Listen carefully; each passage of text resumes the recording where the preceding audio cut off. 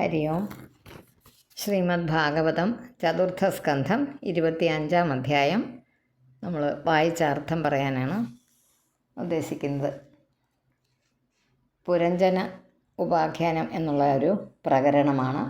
62 ഈരടികളാണ് ഈ അധ്യായത്തിൽ ഉള്ളത്. ഈ 62 അതും തീരെ ചെറുതല്ല. ചതുർത്ഥസ്കന്ധത്തിലെ പല അധ്യായങ്ങളും ദൈർഘ്യമുള്ളവയാണ്. കഴിഞ്ഞത് 79 ഉണ്ടായിരുന്നു. അതിന് മുമ്പ് നമ്മൾ അതുപോലെ തന്നെ ഒരു 62 63 ഉള്ള ഒരു അധ്യായം വായിച്ചു. ഇനിയിപ്പം ഈ അധ്യായമാണ്. ഇത് പുരഞ്ജനോപാഖ്യാനം വളരെ പ്രസിദ്ധമായ കഥയാണ് പറയുന്നത്. ഒരുപാട് അർത്ഥങ്ങളുള്ള ഒരു പ്രകരണമാണ്. പക്ഷേ അത് മുഴുവനായിട്ട് നമുക്ക് ഒരുപാട് വിശദീകരിച്ച് പറയാൻ ഉദ്ദേശിക്കുന്നില്ല. അത് കാരണം നിങ്ങൾക്കത് ഇപ്പോൾ പറഞ്ഞു പോകുമ്പോൾ കേൾക്കുമ്പോൾ മനസ്സിലാകുമെന്നല്ലാതെ വീണ്ടും അത് നമ്മൾ വെറുതെ വായിച്ചു പോകുമ്പോൾ അതിൻ്റെ അർത്ഥമൊന്നും, പിന്നെ ചെറിയ കാര്യങ്ങളൊക്കെ നമുക്ക് ആ പുരഞ്ജന ഉപാഖ്യാനത്തിനകത്ത് കുറച്ച് കാര്യങ്ങളൊക്കെ ആദ്യ അവസാനം കണക്റ്റ് ചെയ്ത് പറയാനായിട്ട് ഉദ്ദേശിക്കുന്നില്ല. കാരണം കുറേ അധ്യായങ്ങളുണ്ട് അത് തന്നെ, അതുകൊണ്ടാണ് അങ്ങനെ പറഞ്ഞത്. ഹരി ഓം. വായിക്കാൻ തുടങ്ങാം. ശ്രീമദ് ഭാഗവതം ചതുർത്ഥസ്കന്ധേ 25-തമോധ്യായ. മൈത്രേയ ഉവാച. വിദുര മൈത്രേയ സംവാദമാണ്, അത് ഓർത്തോണം എപ്പോഴേ. ഇതി സന്ദിശ്യ ഭഗവാൻ ബാർഹിഷദൈരഭിപൂജിതഃ പശ്യതാം രാജപുത്രാണാം തത്രൈവാന്തർദധേ ഹരഃ. ഇതി സന്ദിശ്യ ഭഗവാൻ ബാർഹിഷദൈർ അഭിപൂജിതഃ പശ്യതാം രാജപുത്രാണാം തത്രൈവാന്തർദധേ ഹരഃ.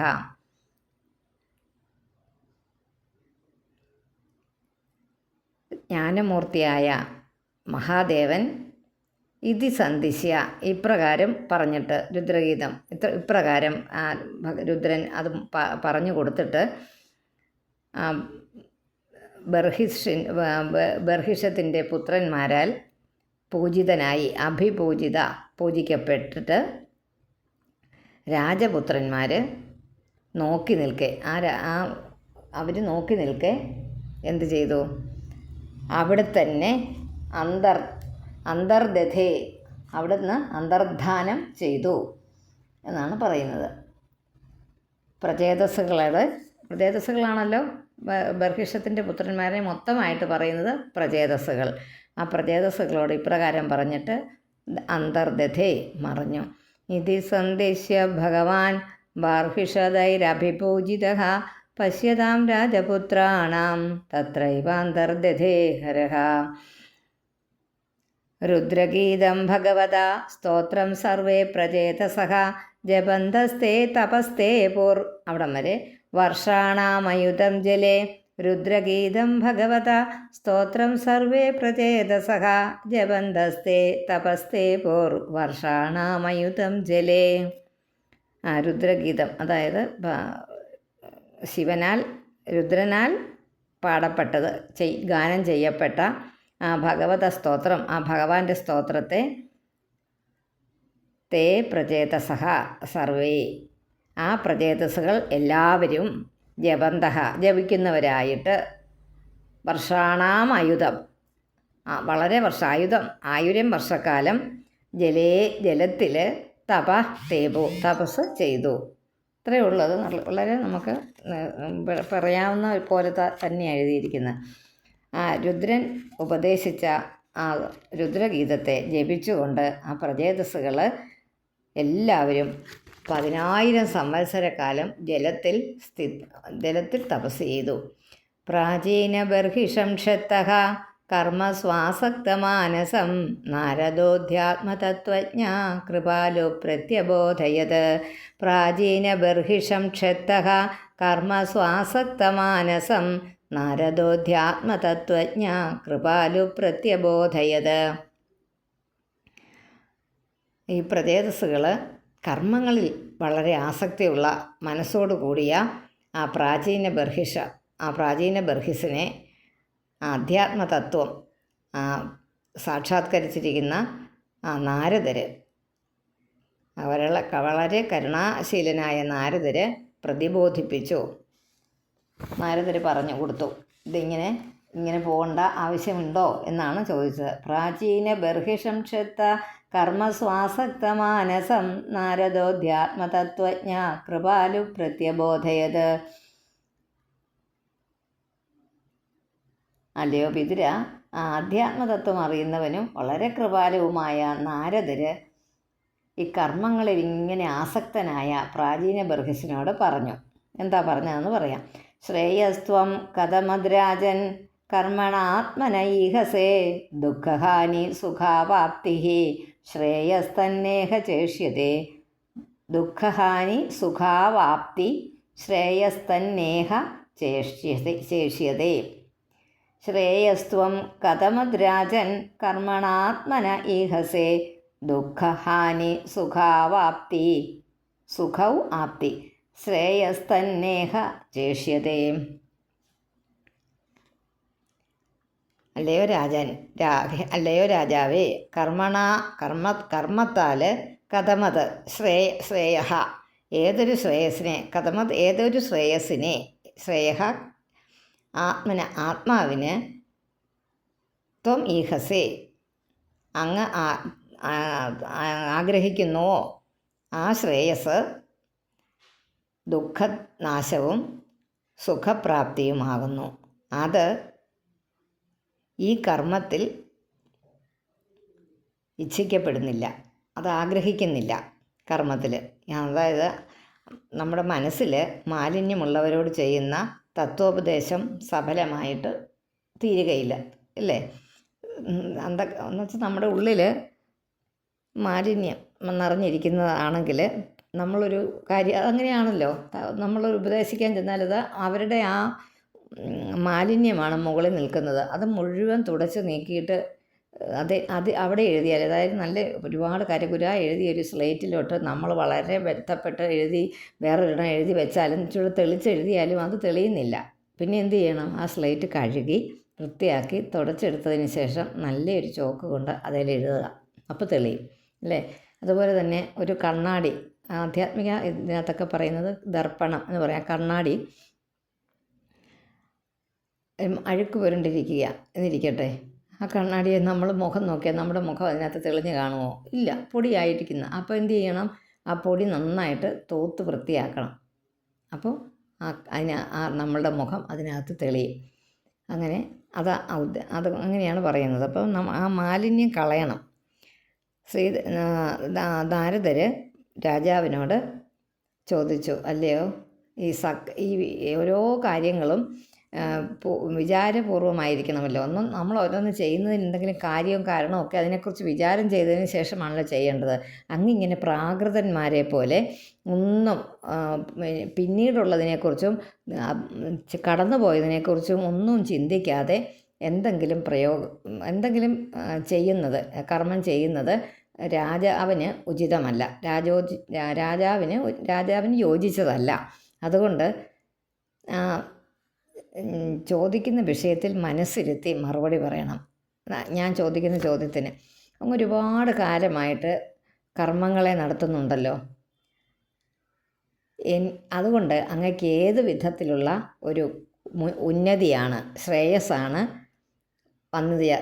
ഉണ്ടാകണമെന്ന് ആഗ്രഹിച്ചാണ് അങ്ങ് ഈ കർമ്മങ്ങളൊക്കെ എന്തെങ്കിലും ശ്രേയസ്സിന് വേണ്ടിയിട്ടാണല്ലോ ഈ കർമ്മം ചെയ്യുന്നത്. അങ്ങപ്പോൾ എന്ത് ഉദ്ദേശിച്ചാണ് ഈ കർമ്മം ചെയ്യുന്നത്? ഇതുപോലെയുള്ള കർമ്മം ചെയ്യുന്നത് എന്തോ ഉദ്ദേശിച്ചാണ്?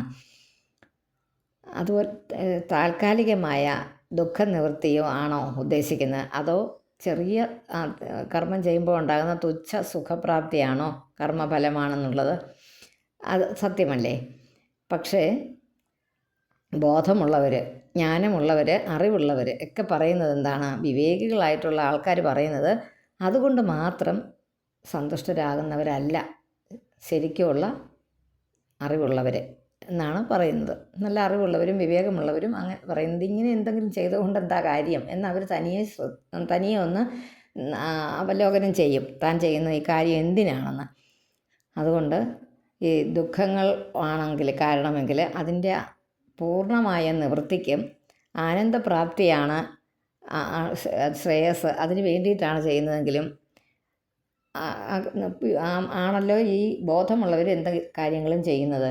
ഇതാണ് ആത്യന്തിക ദുഃഖനിവൃത്തി, പരമാനന്ദപ്രാപ്തിയും. അതാണ് ആഗ്രഹിക്കുന്നത് എല്ലാവരും. അതുകൊണ്ട് ഈ ശ്രേയസ്സൊന്നും ഈ ഇത്തരം കാര്യങ്ങൾ, ഈ പൂർണ്ണമായ സംതൃപ്തി ഈ കർമ്മങ്ങൾ കൊണ്ട് സിദ്ധിക്കയില്ലെന്ന് തീർച്ചയാണ്. അത് ഉറപ്പാണെന്നാണ് പറയുന്നത്. അതുകൊണ്ട് പിന്നെയും പിന്നെയും അഭിജനനം പുനരഭി മരണം അതിന് കാരണമാകുന്നു. ഈ കർമ്മം അതിന് കാരണമായിക്കൊണ്ടിരിക്കുന്നു. അതുകൊണ്ട് മോക്ഷ കാരണമേ അല്ലിത്. അതുകൊണ്ട് അറിവ് തന്നെ മോക്ഷകാരണം ആണ് എന്ന ചോദ്യത്തിൽ അതാണ് ആ ചോദ്യത്തിൽ അടങ്ങിയിരിക്കുന്നത്. അറിവല്ലേ വേണ്ടത്, വിവേകികൾ എന്താണ് ചെയ്യുന്നതെന്നാണ് ചോദിച്ചിരിക്കുന്നത് നാരദർ ഈ മഹർഷിയോട്, അല്ല രാജാവിനോട്, ഈ പ്രാചീന ബർഹിസിനോട് ചോദിച്ചു, അങ്ങ് എന്തിനാണ് ഇത് ചെയ്യുന്നത്? സാധാരണ ബോധമുള്ളവർ ചെയ്യുന്നത് തനിക്ക് ദുഃഖം നിവൃത്തിയും സന്തോഷവും എന്നും കൈവരാനാണ്. കർമ്മം കൊണ്ട് പ്രത്യേകിച്ച് ഫലമില്ലെന്ന് എല്ലാവർക്കും അറിയാം. പിന്നെ അങ്ങ് എന്താണ് ചെയ്യുന്നത് എന്ന് ചോദിച്ചാൽ അങ്ങക്ക് ശരിക്കുമുള്ള ജ്ഞാനമില്ല എന്നാണ് പറഞ്ഞു വയ്ക്കുന്നത്. അത്രയേ ഉള്ളൂ അതിനകത്ത്. നാരദരുടെ ഒരു ഇൻട്രൊഡക്ഷനാണ് കേട്ടോ. നാരദർ ഒരു ഇൻട്രൊഡക്ഷൻ കൊടുക്കുകയാണ് ഈ താൻ പറയാൻ പോകുന്ന കാര്യത്തിനെക്കുറിച്ചൊരു നമ്മളൊരു മുഖവുര പോലെ പറയുന്നതാണിത്. ന ജാനാമി മഹാഭാഗ പരം കർമാപവിദ്ധധീഹി ബ്രൂഹി മേ വിമലം ജ്ഞാനം യേന മുച്യേയ കർമ്മഭിഹി. അതുകൊണ്ട് അല്ലയോ മഹാഭാഗ, ഭാഗ്യശാലിയായുള്ളവനെ എന്നാണ് വിളിക്കുന്നത്. രാജാവിനോട് പറയുക, ജാനാമി മഹാഭാഗ, കപടധർമ്മങ്ങളോട് കൂടിയവനും അതിനാൽ തന്നെ സംസാരം കൊണ്ടുള്ള ക്ലേശങ്ങൾക്ക് കാരണങ്ങളുമായ ഈ ഗൃഹാദികളിൽ ഭ്രമിച്ച് പുത്രൻ, ഭാര്യ, ധനം എന്നിവ തന്നെ പരമപുരുഷാർത്ഥമെന്ന് കരുതുന്നു. പുരുഷാർത്ഥം എന്താണ്? ധർമ്മമർത്ഥം കാമം മോക്ഷം. ആ മോക്ഷത്തിന് വേണ്ടി ആ കരുതുന്ന മൂഢൻ പരമശ്രേയസിനെ അറിയുകയില്ല എന്നാണ് പറഞ്ഞത്. അപ്പോൾ നാരദർ പറയുകയാണ്, ഭോ ഭോ പ്രജാപതേ രാജൻ പശൂൻ പശ്യത്വയാധ്വരേ സപ്ഞാപിതാൻ ജീവസംഘാൻ നിർഘൃണേന സഹസ്രശഃ. ഭോ ഭോ പ്രജാപതേ രാജൻ പശൂൻ പശ്യത്വയാധ്വരേ സപ്ഞാപിതാൻ ജീവസംഘാൻ എന്നാണ് വായിക്കേണ്ടത്. പിന്നെ നിർഘൃണേന സഹസ്രശഃ. ഇതൊക്കെ പുസ്തകത്തിൽ അപ്പോഴപ്പോൾ വായിക്കുമ്പോൾ തിരുത്തിയിട്ടോണം, അല്ലെങ്കിൽ അതൊക്കെ പിന്നെ വായിക്കുമ്പോൾ ബുദ്ധിമുട്ടുണ്ടാകും. അതുകൊണ്ട് പ്രജാപതി രാജ ദയയില്ലാത്ത അങ്ങയാൽ ഈ യജ്ഞത്തിൽ വെച്ച് കൊല്ലപ്പെട്ട, അല്ലേ, യജ്ഞം ചെയ്യുമ്പോഴന്നൊക്കെ മൃഗബലി കൊടുക്കാറുണ്ട്. ആ കൊല്ലപ്പെട്ടിരിക്കുന്നതായ ഒരു ഉപദ്രവവും നിങ്ങൾക്ക് ചെയ്യാത്തതായ അനേകായിരം ജീവജാലങ്ങളെ നോക്കുക, അവയെല്ലാം അങ്ങയ്ക്ക് എതിരായിത്തീരും എന്നാണ് പറഞ്ഞു വരുന്നത്. അന്നും അത് പ്രസക്തമാണ്. കർമ്മം ചെയ്തുകൊണ്ടിരിക്കുന്നത് ഇത് കർമ്മമാണ്. ഇത് ഓരോരോ യജ്ഞങ്ങൾ ഇങ്ങനെ ചെയ്യുക. അതുകൊണ്ടാണ് ഒരു ദർഭ എല്ലാം തിരിച്ചിട്ട് ആ കർമ്മങ്ങൾ തീരുമ്പോൾ ആ ദർഭ തീരുന്നിടത്ത് വീണ്ടും ദർഭപ്പുല്ല് വിരിക്കുകയാണ് അദ്ദേഹം അടുത്ത യജ്ഞത്തിന്. അങ്ങനെയായിരുന്നു. അതാണ് പ്രാചീന ദിക്കിലേക്ക് നോക്കി ഈ ദർഭ വിരിച്ച് കർമ്മം ചെയ്യുന്ന ആളായതുകൊണ്ട് അദ്ദേഹത്തിന് പ്രാചീന ബർഹിസ് എന്ന് പേര്. ബർഹിസ് എന്നേ പേരുണ്ടായിരുന്നുള്ളൂ, പിന്നെ ഒരു ഇരട്ടപ്പേര് വന്നതാണ് പ്രാചീന ബർഹിസ് എന്ന്. അതുകൊണ്ട് ആ ജീവജാലങ്ങളെ നോക്കിക്കോളൂ. ഏതേ ത്വാം സംപ്രതീക്ഷന്തേ സ്മരന്തോ വൈശസം തവ സംപരേതമയക്കൂടൈഹി ചിന്തന്ത്യുദ്ധിതമന്യവഃ. ഏതേ ത്വാം സംപ്രതീക്ഷന്തേ സ്മരന്തോ വൈശസം തവ സംപരേതമയക്കൂടൈഹി പിന്നെ ചിന്തന്ത്യുദ്ധിതം അന്യവഃ. ഈ ജന്തുക്കൾ അങ്ങ് അവരോട് ചെയ്ത ആ ഉപദ്രവം ഓർത്തോർത്ത് പകരം വീട്ടാൻ അങ്ങയെ കാത്തുകൊണ്ടിരിക്കുക, അങ്ങ് ചെല്ലുന്നത് കാത്തുകൊണ്ടിരിക്കുകയാണ്. ഈ ജീവികൾ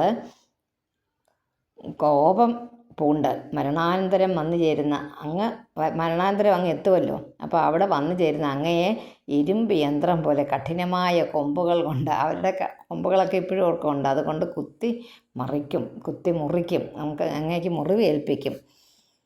അത്ര ദേ കഥയിഷ്യേമം ഇതിഹാസം പുരാതനം പുരഞ്ജനസ്യ ചരിതം നിബോധ ഗതതോ മമ. അത്ര തേ കഥയിഷ്യേമും ഇതിഹാസം പുരാതനം പുരഞ്ജനസ്യ ചരിതം നിബോധഗതോ മമ. ഇത് ഞാൻ ഇവിടെ ഇതിൽ നിന്ന് മോചനം കിട്ടാൻ പര്യാപ്തമായ പുരഞ്ജനൻ്റെ ചരിതം, പ്രാചീന ഇതിഹാസം അങ്ങയോട് പറയാം. ആ പുരഞ്ജനൻ എന്ന് പറഞ്ഞ ആളിൻ്റെ ഒരു കഥ ഞാനിവിടെ പറയാം, അതിനെ കേൾക്കുക എന്ന് പറഞ്ഞുകൊണ്ട് നാരദൻ പ്രാചീന ബർഹിസിനോട് പറഞ്ഞു കൊടുത്ത കഥയാണ് പുരഞ്ജനോപാഖ്യാനം. അതൊന്ന് നിങ്ങൾ എഴുതി സൂക്ഷിക്കുക. ബുക്കിനകത്ത് തന്നെ പുരഞ്ജനോപാഖ്യാനം 10ാമത്തെ ശ്ലോകത്തിനതിൻ്റെ അരികിൽ എഴുതുക. നാരദർ പ്രാചീന ബർഹിസിന് പറഞ്ഞു കൊടുത്ത കഥയാണ് ഈ പുരഞ്ജനോപാഖ്യാനം. നിങ്ങളുടെ കയ്യിലൊക്കെ സാറിൻ്റെ പുസ്തകം ഇരിപ്പുണ്ടെങ്കിൽ അതെടുത്ത് വായിക്കാം. അശോക സാറിൻ്റെ പുസ്തകത്തിനകത്ത് വിശദമായിട്ട് പറഞ്ഞിട്ടുണ്ട്. അത് നിങ്ങൾക്ക് എളുപ്പം മനസ്സിലാകുന്നതാണ്. സ്വന്വേഷമാണ് ഒരെണ്ണം കൂടിയുണ്ട്. 9ാമത്തെ ശ്ലോകമാണേ അത്. 10ാമത്തെ ശ്ലോകം ഇനി വരുന്ന ആസീത് പുരഞ്ജനോ നാമ രാജാരാജൻ ബൃഹശ്രവാഹ തസ്യാ നാമാസീത് സഖാ വിജ്ഞാതചേഷ്ടിതഃ. പ്രശ്ലേഷം ഒന്നും ശ്രദ്ധിക്കേണ്ട, ഞാൻ ഈ വായിച്ച പോലെ തന്നെ വായിക്കണം, അല്ലെ തെറ്റും. ആസീത് പുരഞ്ജനോ നാമ രാജാരാജൻ ബൃഹശ്രവാഹ തസ്യാ നാമാസീത് സഖാ വിജ്ഞാതചേഷ്ടിതഃ. അല്ലയോ രാജൻ, പണ്ട് പുരഞ്ജനൻ എന്ന പേരെല്ലാം കഥയല്ലേ, പേരായും വളരെ കീർത്തിമാനായുമുള്ള ഒരു രാജാവ് ഉണ്ടായിരുന്നു. അദ്ദേഹത്തിന് ഒരു കൂട്ടുകാരനും, പേരൊന്നും പ്രത്യേകം ഇല്ല, അങ്ങനെ പ്രത്യേകമായ പേരൊന്നുമില്ലാത്ത വളരെ അടുത്തൊരു കൂട്ടുകാരനും ഉണ്ടായിരുന്നു. സഖാ ഉണ്ടോ, ആസീത് സഖാ വിജ്ഞാത ചേഷ്ടിതഃ. ആ പേരൊന്നും ഇല്ലാത്ത ഒരാളായിരുന്നു അദ്ദേഹം. വളരെ പ്രത്യേകതരം ചേഷ്ടകളും ഒക്കെയുള്ള ഒരു സഖാവായിരുന്നു, കൂട്ടുകാരനായിരുന്നു ഉണ്ടായിരുന്നത്. സ്വന്വേഷമാണ ശരണം ബഭ്രാമ പൃഥിവീം പ്രഭുഃ നാനുരൂപം യഥാ വിന്ദത അഭൂത്സ വിമനാ ഇവാം. നോക്കട്ടെ, ഒരു പേജ് മറഞ്ഞു പോയി. ഇത് ഹരി ഓം.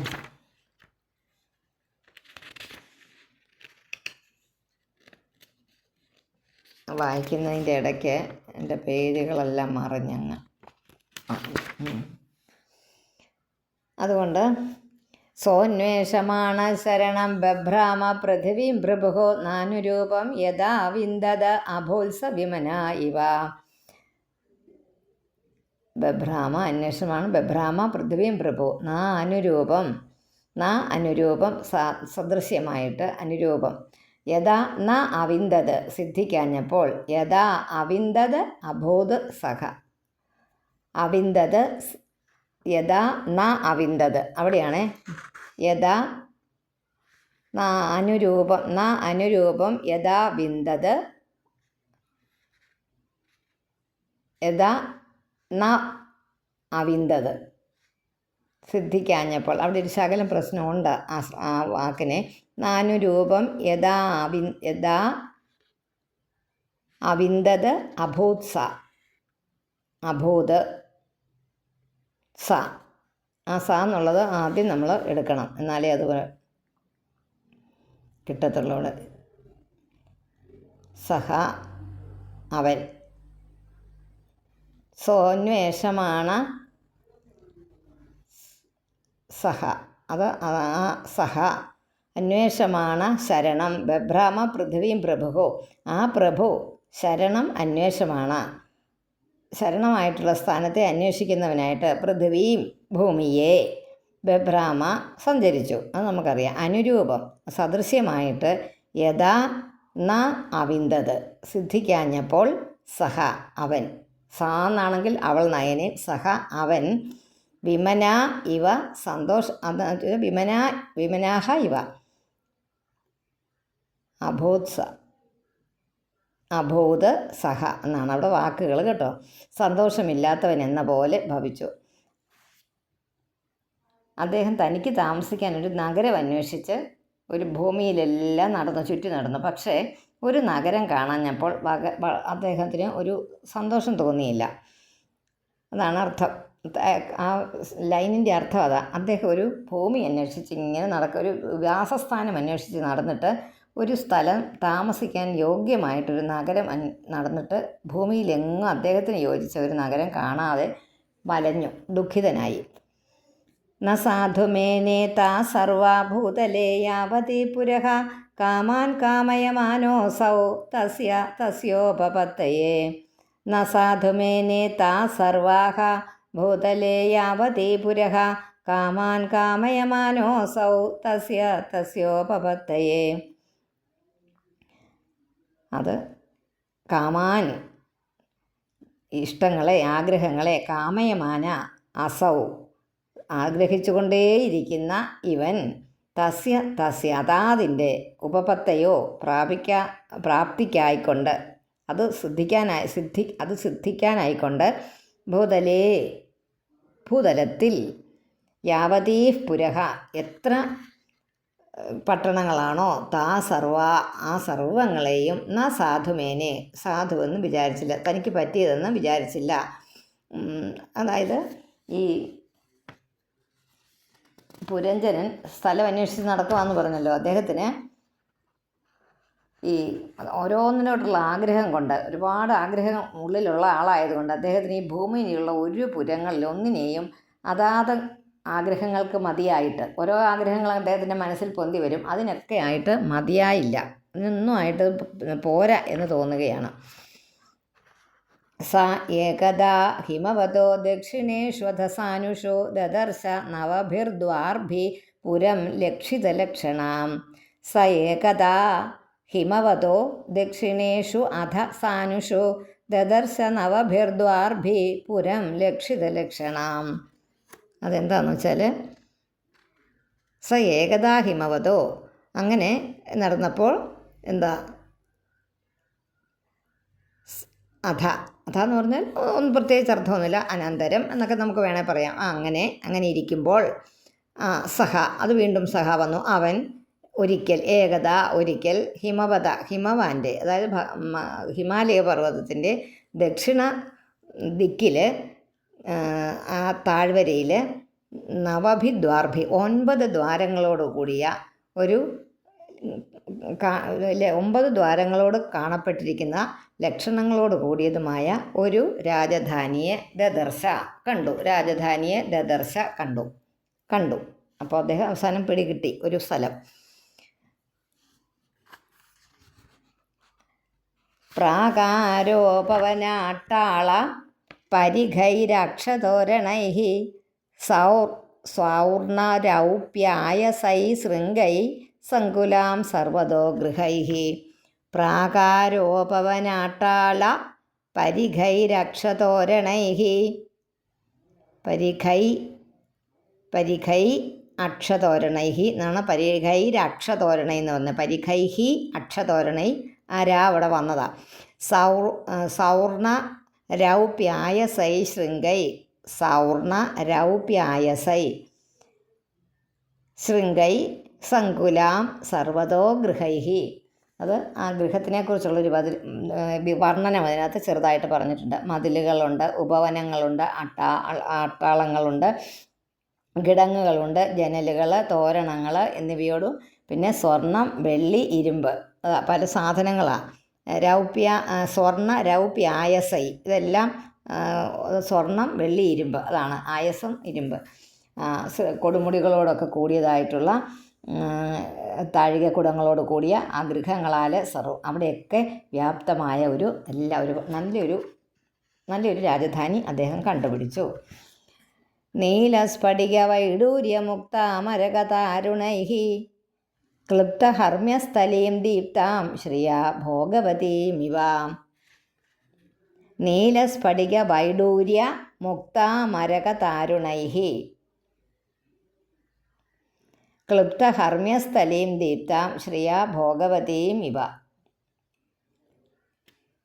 നീലം അത് സ്ഫടികം, വൈഡൂര്യം, മുത്ത്, മരതകം, മാണിക്യം അങ്ങനെ മുതലായവയാൽ നിർമ്മിക്കപ്പെട്ട ആ മാളികയിലുള്ള പല മാളികകളുണ്ട്. അതിൽ കളിസ്ഥലങ്ങളോട് കൂടിയതും വളരെ അധികം ഭംഗിയുള്ള ഒരു നാഗപുരം പോലെ ഇരിക്കുന്നതും.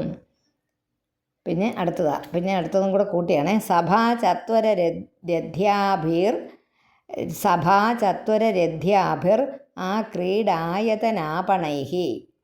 ക്രീഡായതനാപണൈഹി സഭാസ്ഥലം 4 കൂടി വഴി, അതായത് ചത്വര രഥ്യാഭിർ അതൊക്കെ ഒരു സ്ഥലങ്ങളെക്കുറിച്ചുള്ള വർണ്ണനകളിൽ പെടുന്ന, അത് പ്രത്യേകം ഓരോന്നിൻ്റെ അർത്ഥമൊന്നും നമ്മൾ പഠിക്കണ്ട. അതിന് ഒരു രാജധാനിക്ക് സഭ കൂടുന്ന സ്ഥലമുണ്ട്, പിന്നെ 4 കൂടിയ വഴിയുണ്ട്, രാജവീഥിയുണ്ട്, പിന്നെ കളിക്കാനുള്ള കളിസ്ഥലമുണ്ട്. അതായത് ഫുട്ബോൾ ഗ്രൗണ്ട് പോലത്തെയൊക്കെ ഗ്രൗണ്ടുകൾ, കളിക്കാനുള്ള സ്ഥലങ്ങൾ പ്രത്യേകമായിട്ടുണ്ട്. പിന്നെ ചന്തകൾ, അങ്ങാടികളുണ്ട്, പിന്നെ വിശ്രമ കേന്ദ്രങ്ങളുണ്ട്. പിന്നെ കൊടിമരം ഉയർന്നു നിൽക്കുന്നുണ്ട്, കൊടിക്കൂറകൾ കെട്ടിയ. അതൊക്കെ അന്നത്തെ ഒരു കെട്ടിടത്തിൻ്റെ ഒരു ഭംഗിക്ക് അങ്ങനെ വടക്കേ ഇന്ത്യയിൽ ഇപ്പോഴും ഉണ്ട് കേട്ടോ. വലിയ കൊട്ടാരങ്ങളുടെ അമ്പലങ്ങളുടെയൊക്കെ മുകളിൽ കൊടി പറപ്പിക്കുന്ന, കൊടി കെട്ടും എന്ന് അതിനൊരു പ്രത്യേക സമയവും അതിന് പ്രത്യേക ഒരു ഇതും കൊടുക്കുന്നുണ്ട് അവിടെ. നമുക്കിങ്ങോട്ടത് വലിയ പ്രാവർത്തികമല്ല, അങ്ങനെ സാധാരണ അങ്ങനെ ചെയ്യാറില്ല. അമ്പലങ്ങളുടെ ആണെങ്കിലും മുകളിൽ കൊടിയേറുമെന്ന് പറഞ്ഞാൽ ആ ഉത്സവത്തിൻ്റെ സമയത്തല്ലാതെ അത് വേറെ തരത്തിലുള്ള കൊടിമരത്തിൻ്റെ മുകളിലാണ്. അവർക്കത് അമ്പലത്തിൻ്റെ തന്നെ മുകളിലത്തെ താഴികക്കുടത്തിലാണ്, അതിൻ്റെ പൊക്കത്തിലാണ് കൊടി കെട്ടുന്നത്. അത് അവിടുത്തെ ഒരു സംസ്കാരമാണ്. ഭാഗവതവും ഒക്കെ എഴുതിയത് വടക്കേ ഇന്ത്യ ആണല്ലോ, അതുകൊണ്ട് അതങ്ങനെ തന്നെ മനസ്സിലാക്കുക. അങ്ങനെ പിന്നെ കൊടിക്കൂറകളോടും എന്നിവയോടും പവിഴം കൊണ്ടുള്ള വേദിക അതിനോടുകൂടി ഇരിക്കുന്നു. ഭോഗവതിയും അതല്ലേ രത്നങ്ങൾ, വർണ്ണങ്ങൾ പോലെയുള്ള നാടുകൾ നിറഞ്ഞിരിക്കും. അങ്ങനെ ഒരുപാട് പറയുന്നുണ്ട്. കൊടിക്കൂറകൾ എന്നിവയും പവിഴക്കല്ല് അടുക്കി വച്ചിരിക്കുന്ന വരാന്തകളും ഒക്കെ ഉണ്ടായിരുന്നു എന്നാണ് അതിൻ്റെ ഒരു ചെറിയൊരു ഇത്. പുര്യാസ്തോ ബാഹ്യോ ഭവനേ ദിവ്യദ്രുമലതാകുലേ നദദ് വിഹങ്കാളികുല കോലാഹല ജലാശയെ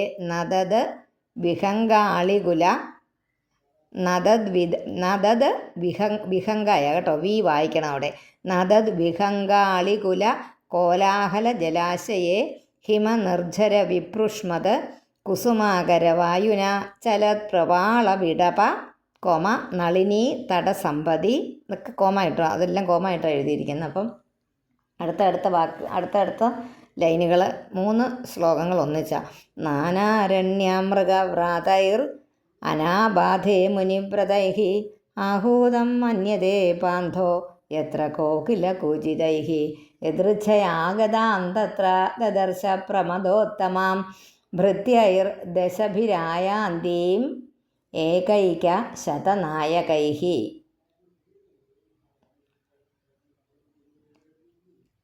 നാനാരണ്യ മൃഗവ്രാതൈർ, അവിടെ വ്രാതൈർ എന്നാക്കുക, പിന്നെ രാ വെട്ടിയിട്ട് അനാബാധേ മുനിവ്രതൈഃ ആഹൂതം മന്യതേ പാന്ഥോ യത്ര കോകിലകൂജിതൈഃ. 20ാമത്തെ യദൃച്ഛയാഗതാം തത്ര ദദർശ പ്രമദോത്തമാം ഭൃത്യൈർ ദശഭിരായാന്തീം എന്നാക്കുക, 0 ഇടുക, ആയാന്തീം, പിന്നെ മേ വെട്ടിയിട്ട് ഏകൈക ശതനായകൈഃ. അതിൻ്റെ അർത്ഥങ്ങൾ നമുക്ക് നോക്കാം. ഒന്നിച്ചൊക്കെ പറഞ്ഞാൽ മതിയായിരിക്കും. 17 തൊട്ട് 20 വരെയുള്ളതിന് അവിടെ എങ്ങനെയൊക്കെയാണ്? ദിവ്യങ്ങളായ വൃക്ഷങ്ങൾ, ലതകളാലും ഒക്കെ നിറഞ്ഞത്, പിന്നെ തേൻ കുടിച്ച് മതിച്ച് ശബ്ദിക്കുന്ന പക്ഷികൾ, വണ്ടുകൾ എന്നിവയുടെ എല്ലാം കോലാഹലം. പിന്നെ ഒരു ചെറിയ സരസ്സുണ്ട്, അത് ആ പുരിയുടെ പുറത്തുള്ള ഉദ്യാനത്തിലൊരു ചെറിയ സരസ്സുണ്ട്, പുറത്തെ ഉദ്യാനത്തിൽ. പിന്നെ തണുത്ത വെള്ളച്ചാട്ടങ്ങൾ, അപ്പോൾ വെള്ളച്ചാട്ടങ്ങൾ ഉണ്ടാകുമ്പോൾ അതിനകത്തുനിന്ന് ജലം തെറിക്കുമല്ലോ, അത് വഹിക്കുന്നതും, അതുപോലെ മനോഹരമായ പൂക്കളുടെ സുഗന്ധത്തോടു കൂടിയതുമായ വായു, അപ്പോൾ ചെറിയ ആ വെള്ളച്ചാട്ടത്തിൽ കൂടെ അതിൻ്റെ ആ മണവും കൂടെ കൂട്ടി ഒഴുകി വരുന്നത് പോലെ അങ്ങനെ ഭയങ്കര സുന്ദരമായൊരു വർണ്ണനയാണത്. നിമിത്തം ഇളകുന്ന തളിരുകളോടും കൊമ്പുകളോടും കൂടിയ മരങ്ങൾ കൊണ്ട് ശോഭിച്ചതും ശോഭയുള്ളതും അങ്ങനെയാണ് പറയുന്നത്. പിന്നെ 19, 20 കൂടെ ഒന്നിച്ചാണ് നമ്മൾ അർത്ഥം പറയുന്നത്. നാനാരണ്യ മൃഗവ്രാതൈര് അനാബാധേ മുനിവ്രതൈഹി ആഹൂതം മന്യതേ പാന്തോ യത്ര കോകിലകൂജിതൈ യദൃച്ഛയാഗതാം തത്ര ദദർശ പ്രമദോത്തമാം പ്രത്യൈർ ദശഭിരായാന്തീം ഏകൈക ശതനായകൈഹി എന്നാണ് പറഞ്ഞിരിക്കുന്നത്. ആ മുനിമാരെ പോലെ കണ്ടോ, യദൃച്ഛയാഗതാം തത്ര ദദർശ പ്രമദോത്തമാം ഭൃത്യൈർ ദശഭിരായാന്തീം ആഹൂതാം നാനാരണ്യ മൃഗവ്രാതൈർ അനാബാധേ മുനിവ്രതൈഹി മുനിമാരെ പോലെ വളരെയധികം ശാന്തങ്ങളായ മൃഗങ്ങൾ, മുനിമാരെ പോലെ ശാന്തമായ മൃഗങ്ങളെയാണ് അവിടെ കണ്ടത്. അത് നിമിത്തം വന്യമൃഗങ്ങളുടെ ഒരു ഉപദ്രവവുമില്ലാതെ കോകിലങ്ങളുടെ കുയിലുകളുടെ നീട്ടിയുള്ള പാട്ടുകൊണ്ട് വഴിപോക്കരെ ക്ഷണിക്കുമെന്ന് തോന്നിക്കുന്ന തരത്തിലുള്ള ആ ഒരു പൂന്തോട്ടത്തിൽ വളരെ യാദൃച്ഛികമായി എത്തിച്ചേർന്ന പ്രത്യേകം അനേകം സൈന്യങ്ങളുടെ അധിപരായ ഒരുപാട് 10 ഭൃത്യന്മാരോടുകൂടി വന്നുകൊണ്ടിരിക്കുന്നതുമായ ഒരു വളരെ സുന്ദരിയായ ഒരു സ്ത്രീയെ കണ്ടു. ദദർശ പ്രമദോത്തമം, വളരെ സുന്ദരിയായ ഒരു സ്ത്രീയെ കണ്ടു. ഹരി ഓം.